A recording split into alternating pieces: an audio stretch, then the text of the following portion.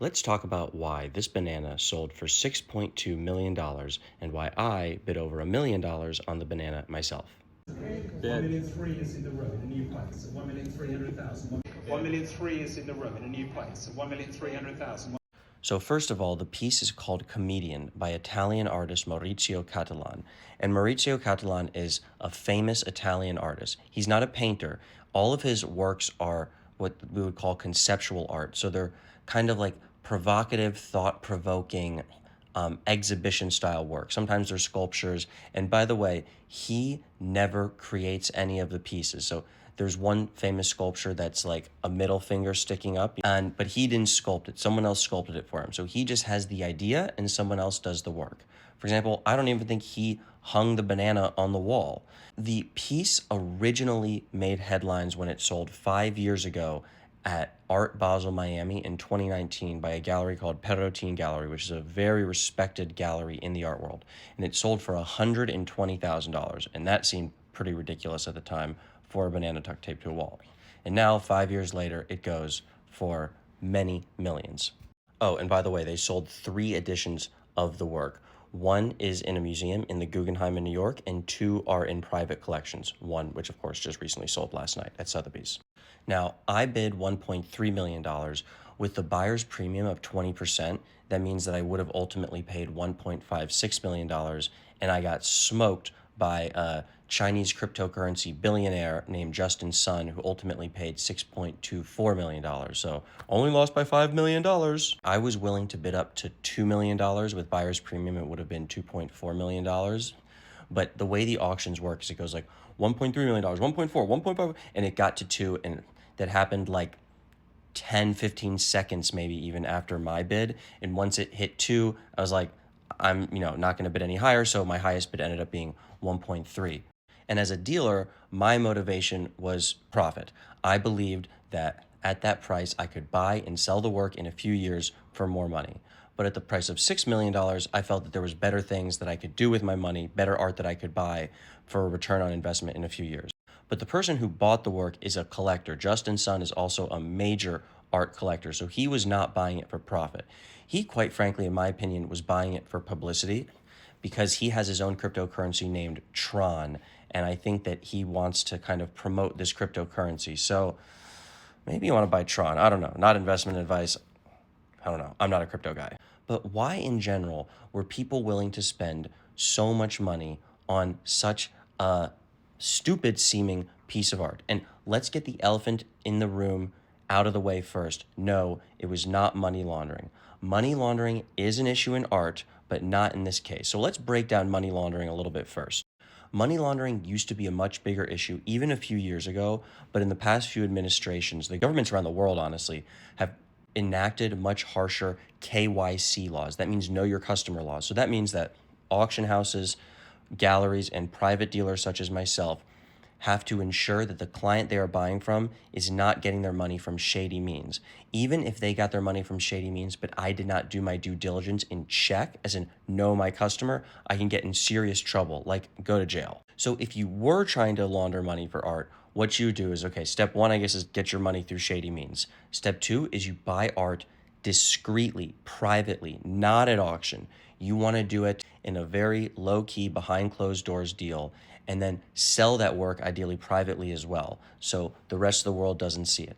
There are ways that people launder money at auction, by sort of like artificially bidding up the price of a work. It's kind of a complicated system. However, nobody would be trying to launder money by announcing that they bought the work. The whole point of laundering money is to do it as anonymously as possible. That's why I say in this instance, this was not money laundering. Now, to be fair, he's like a crypto billionaire. So I think some of these guys that have so much crypto money, it almost feels like play money because there's not a lot they can do with it.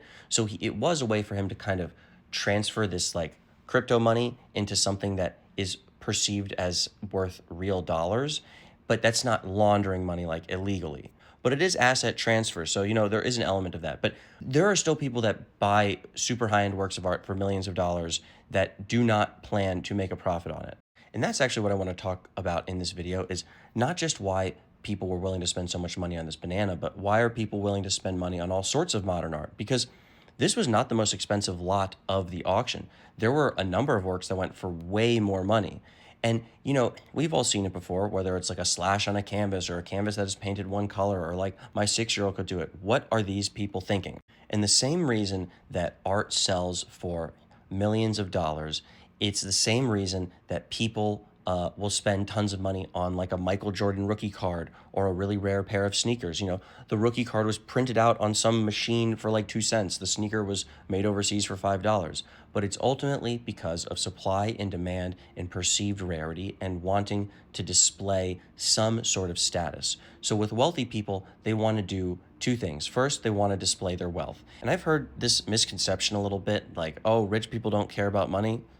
No, rich people care a ton about money. You saw me on the show, I couldn't seem to shut up about it. But in addition to wanting to show off their wealth, what they really want to show their other wealthy friends is that they're sophisticated, that they have taste, that they're cultured, and there is no better way, or there's no better way, at least that's accepted in society among many wealthy elites, than to have very fine, high-end art on your walls. And you may laugh because it seems ridiculous that having a banana duct taped to your wall is a symbol of culture. And look, I'm not here to defend. This video is educational. I'm really just trying to explain, because I think there's just so much misconception that's going on with this thing. And also, I think this piece provokes a lot of anger, because there are people that are struggling to put food on the table, and there are artists that are pouring their heart and soul into their canvases and have things that are just so beautiful and are so difficult to do, and they can't sell their work. And then this guy slaps a banana to a wall and people spend millions of dollars. It seems like the world is broken. And that's kind of the point that the artist was making. And my hot take is that this work is actually genius. It doesn't mean that it's worth millions of dollars. And again, that's kind of the point, because this artist is saying, what is like the stupidest thing that rich people would spend money on in the name of art? And I can't think of a lot dumber than slapping a banana to a wall with duct tape. And I guess the joke's on those people, the joke's on the people that bid, the joke's on Justin Sun, and I guess a little bit the joke's on me because I participated. And so, yeah, it's a perverted inside joke that went too far, and rich people trying to flex.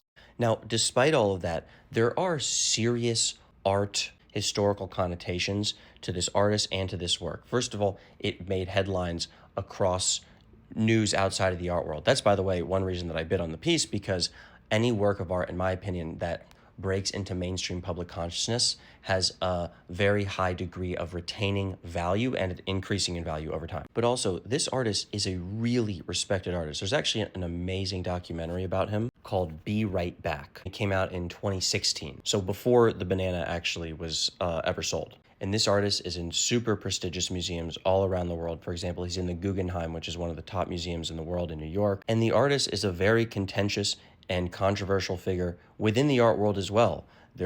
Opinions are split on whether he's a genius or whether he's a con artist, or is he a bit of both? Are we all crazy? These controversies are things that play to the spectacle of these auctions and the crazy prices that works like this command. So I don't know if this video was satisfying, but I hope at the very least it helped explain a little bit of the madness that went on last night. Okay, that's all. And as always, mwah, mwah, mwah.